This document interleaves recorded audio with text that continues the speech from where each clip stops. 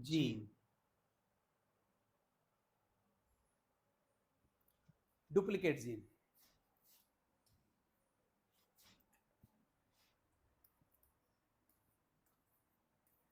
इस बार मैं रिलेशन लिखूंगा नहीं, रेशियो आप लोग निकाल के बताइए हमको।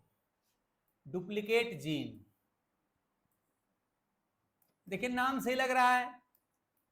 जैसे मान कहते हैं कि एक डुप्लीकेट घड़ी है, इसका मतलब क्या है कि दो अलग अलग घड़ियां एक जैसी दिखाई पड़ रही हैं, ठीक है ना।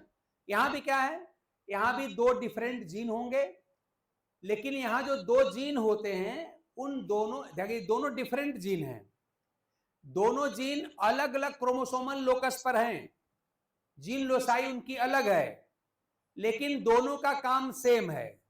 जो इफेक्ट या जो फंक्शन पहले जीन का है वही दूसरे जीन का है। और इसका वेल स्टडीड सबसे अच्छा एग्जांपल जिसकी स्टडी की गई वो कौन सा है, आपने पढ़ा होगा, शेफर्ड्स पर्स प्लांट, कैप्सेला बर्सा पेस्टोरिस ना। जिस प्लांट में इसकी डिस्कवरी हुई थी या जहां स्टडी किया गया था उसका नाम जरा याद कर लीजिएगा, वो है आपका शेफर्ड्स पर्स, गडरिये का बटुआ, शेफर्ड्स पर्स। और इसका बॉटनिकल नेम क्या है, कैप्सेला बर्सा पेस्टोरिस, बर्सा पेस्टोरिस। ये सब थोड़ा याद कर लीजिएगा, ये सब याद करने की चीज है, याद करिएगा। और यहाँ पे करेक्टर क्या लिया गया था, ये सब बातें आपको रटी होनी चाहिए, कभी कभी इस पर क्वेश्चन पूछ लिया गया है। तो जो करेक्टर यहां लिया गया था, करेक्टर लिया गया था फ्रूट शेप,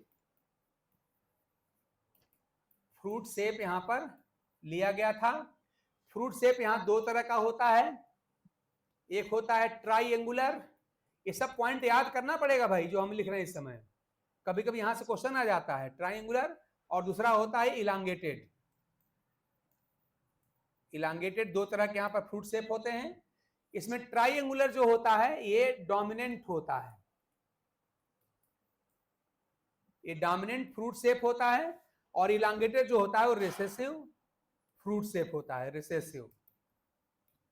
तो इतनी बात तो आप लोग याद कर लीजिएगा, ठीक है ना, कि जो डुप्लीकेट जीन है, अब ये जीन क्या होता है, इसमें रिलेशन क्या हो जाता है, सब देखेंगे आगे चल के। तो इस जीन पर जो सबसे पहला जो वर्क हुआ था एग्जाम्पल के रूप में वो कौन सा है, वो है आपका शेफर्ड्स पर्स, कॉमन नेम है, और ये क्या है, बॉटनिकल नेम है। कैप्सेला बर्सा पेस्टोरिस से क्या है, इसका बॉटनिकल नेम है, इसका बोटेनिकल नेम है, और एक ऐसा है कॉमन नेम है। ये कॉमन नेम है, और जो कैरेक्टर लिया गया था यहाँ पे क्रॉस करते समय वो था फ्रूट का शेप, दो तरह का होता है शेप, ट्रायंगुलर जो कि डोमिनेंट होता है, और इलांगेटेड जो कि रिसेसिव होता है। इतनी बात तो आपको याद करनी पड़ेगी भाई, बायो है कुछ बात याद करनी पड़ेगी। तो कभी कभी यहाँ से क्वेश्चन पूछ लेता है, बाकी रेशियो निकालना आपको हम बता रहे हैं।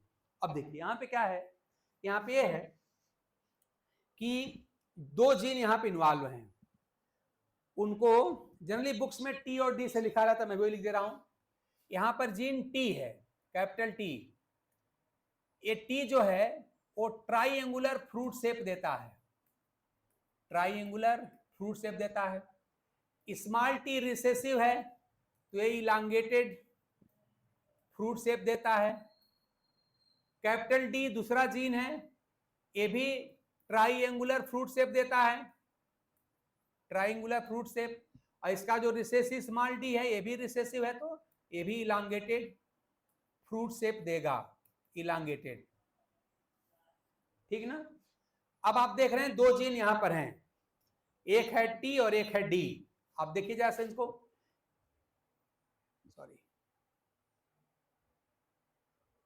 कैपिटल टी है देखिए तब भी यहां पे ट्राइंगुलर, और कैपिटल डी है तब भी यहां पे ट्राइंगुलर, यानी कैपिटल टी और कैपिटल डी दोनों देख रहे हैं कि सेम फिनोटाइप दे रहे हैं, इसलिए क्या होंगे, ये डुप्लीकेट जीन कहलाएंगे।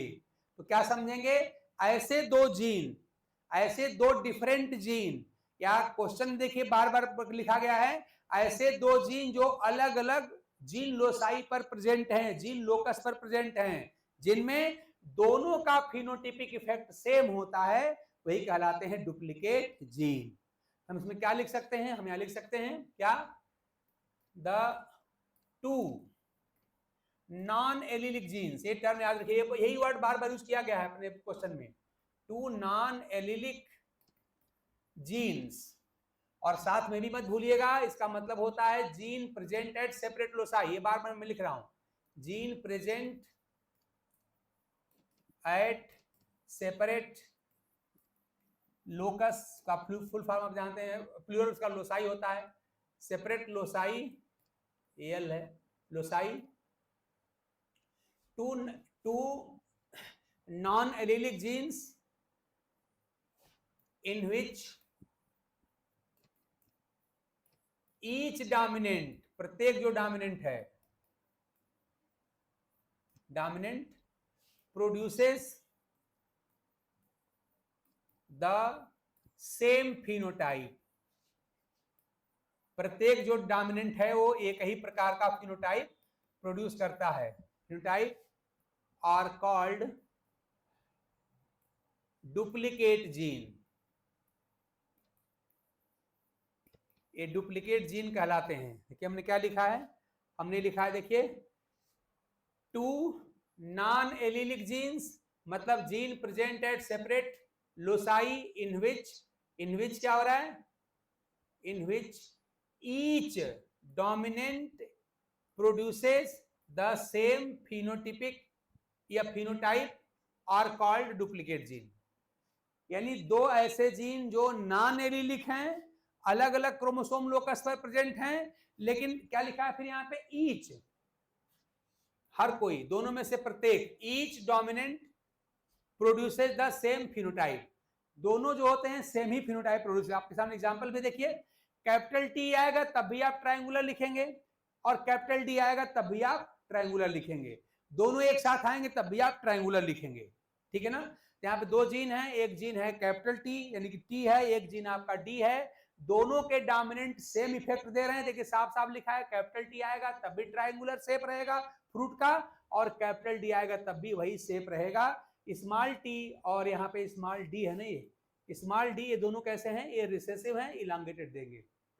इस बार मैं रेशियो लिख नहीं रहा हूं जानबूझ के, आप लोग रेशियो निकालिए, मैं क्रॉस लिख दे रहा हूं, सारी कंडीशन आपके सामने है, पूरी बात थ्योरी वाली बात आ गई, और मैं सिंपली एक क्रॉस लिख दे रहा हूं, इस क्रॉस को आप कराइए और हमको बताइए कि यहां पर रेशियो क्या होगी। तो क्रॉस है हमारी ये male, capital T capital T capital D capital D, cross कर दिया हमने, ये female small T small T small D, ये हो गई पेरेंटल जनरेशन। अब आप बताइए पेरेंट्स में मेल और फीमेल का यहां पर क्या फिनोटाइप होगा, फिर इस क्रॉस के बाद जो F1 मिलेगा उसका क्या फिनोटाइप मिलेगा, और फिर आप बताइए कि F1 की सेल्फिंग से जो F2 आएगा उसका फिनोटाइप क्या होगा और फिनोटिपिक रेशियो क्या होगी, जल्दी से बताइए आप लोग।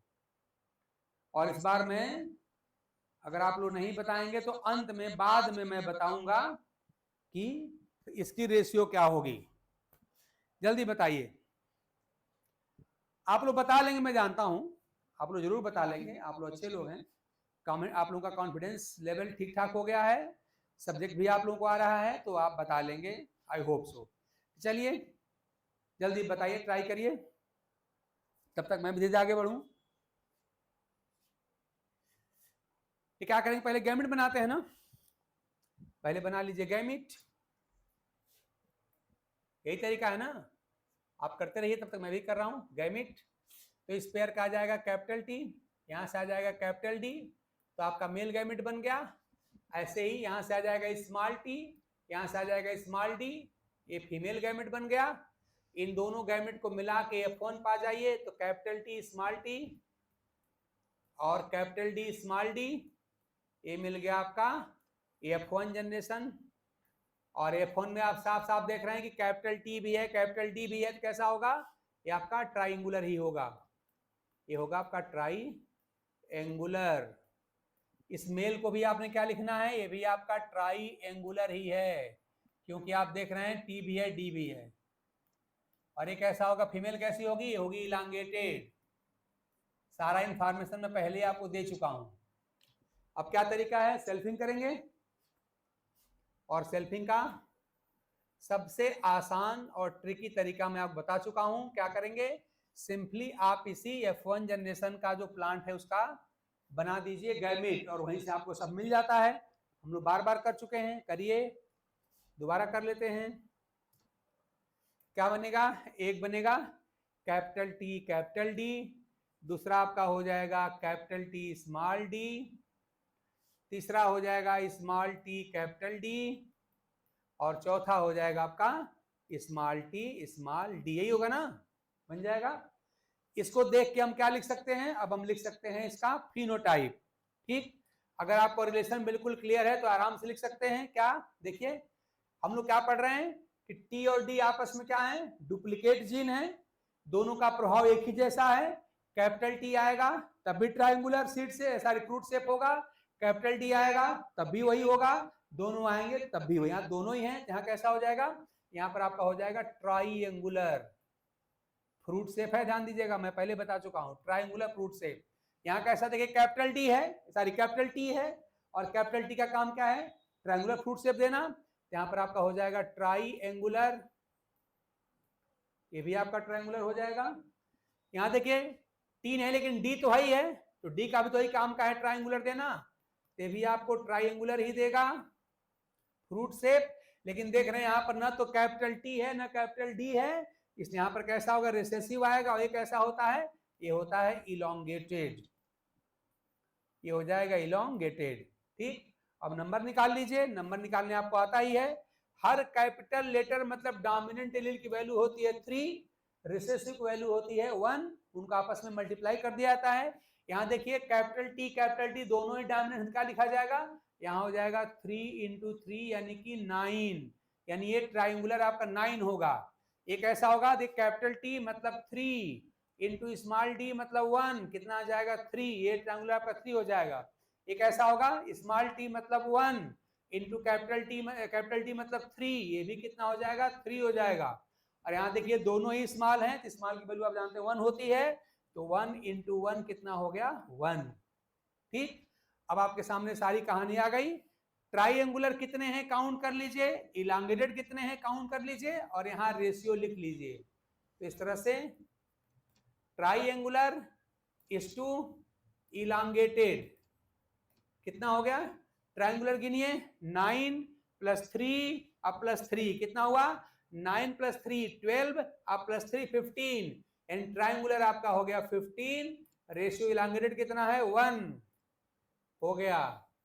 यही होता है डुप्लीकेट जीन रेशियो, रट लीजिएगा, डुप्लीकेट जीन रेशियो होगी आपकी 15:1। हाँ मंजू बिल्कुल सेम, वेरी गुड, बहुत बढ़िया, आपका एफर्ट बहुत सही है एकदम। आप हर क्वेश्चन का आंसर बिल्कुल राइट टाइम पे या विद इन टाइम और बिल्कुल सही देती हैं। ऐसे ही अपने प्रोग्राम को कंटिन्यूअसली चलाइए और थोड़ा सा कोलैटरल स्टडी करिए, मतलब कि साइड बाय साइड और भी पढ़ते रहिए। मतलब कि देखिए जो चीज हम लोग पढ़ रहे हैं वो तो पढ़ ही रहे हैं हम लोग, साथ में आप लोग ऑलरेडी पढ़े लिखे लोग हैं, तो आप लोग साइड बाय साइड 1-2 चैप्टर अपना पढ़ते रहिए, ताकि आप बल्कि हमसे आगे आगे चलिए, ज्यादा अच्छा रहेगा। बाकी जो क्योंकि हम तो सब इकट्ठे पढ़ा नहीं सकते, तो इसलिए हम लोग तो 1 by 1 काम कर ही रहे हैं, लेकिन आप लोग की कोलैटरल स्टडी चलती रहनी चाहिए, ताकि आपका कोर्स और ढंग से तैयार होता रहे। जब हमारे साथ क्लास डिस्कस हो जाएगी तो थोड़ा और अच्छा हो जाएगा। तो आई होप कि इस बात को भी आप ढंग से समझ गए होंगे, कोई डाउट किसी को होना यहाँ पर नहीं चाहिए, ठीक है ना। तो दोनों रिलेशन हम लोग का हो ही गया। ठीक, तो चलिए आज की क्लास यहीं पर रोकते हैं। अब खाली एक बच गया है, वो है, उसको कहते हैं कोलैबोरेटर या मॉडिफायर जीन। कोलैबोरेटर या मॉडिफायर जीन है, उसको देखेंगे। थोड़ा सा एक बात छूट गई है, वो ये है कि जैसे याद करिए, मैं थोड़ा सा हिंट कर दूं कि जब हम लोग मेंडल्स लॉ पढ़ रहे थे, तो कैपिटल आर और स्मॉल आर, यानी कि जब यहाँ पे gene for red flower colour और व्हाइट फ्लावर कलर दोनों थे, तो यहाँ पर भी तो हम लोगों ने रेड लिखा था, यानी व्हाइट फ्लावर कलर वाला एलील है, फिर भी हमने नहीं लिखा था। तो यहाँ भी तो आप देख रहे हैं कि दो में से एक ही का प्रभाव दिखाई पड़ रहा है, तो फिर हमारे ये एपिस्टेसिस क्यों नहीं है, ये एपिस्टेसिस क्यों नहीं है भाई। स्मॉल आर मतलब व्हाइट फ्लावर कलर वाला हुआ, तो व्हाइट फ्लावर कलर वाला यहाँ पर एलील है, फिर भी व्हाइट हम नहीं लिख रहे हैं। तो जहां पे एक का प्रभाव दूसरा छिपा दे वही तो होती है एपिस्टेसिस। तो थोड़ा इस पर चर्चा करेंगे कि नहीं ये एपिस्टेसिस नहीं है। ठीक, तो इसको थोड़ा सा हम कल देखेंगे, टाइम का अभाव आज नहीं हो पा रहा, थोड़ा अगली क्लास है और एक जो बच गया उसको देखेंगे। तो चलिए इसी उम्मीद के साथ कि आपकी तैयारी बहुत ढंग से कंटिन्यूसली चल रही होगी, ये सब वीडियोस आप क्लास आप लोग एंजॉय कर रहे होंगे और थोड़ा सा पार्ट बचा हुआ है, कल हम लोग का टॉपिक पूरा हो जाएगा। इसी के साथ आज की क्लास हम रोकते हैं। Thanks to all of you.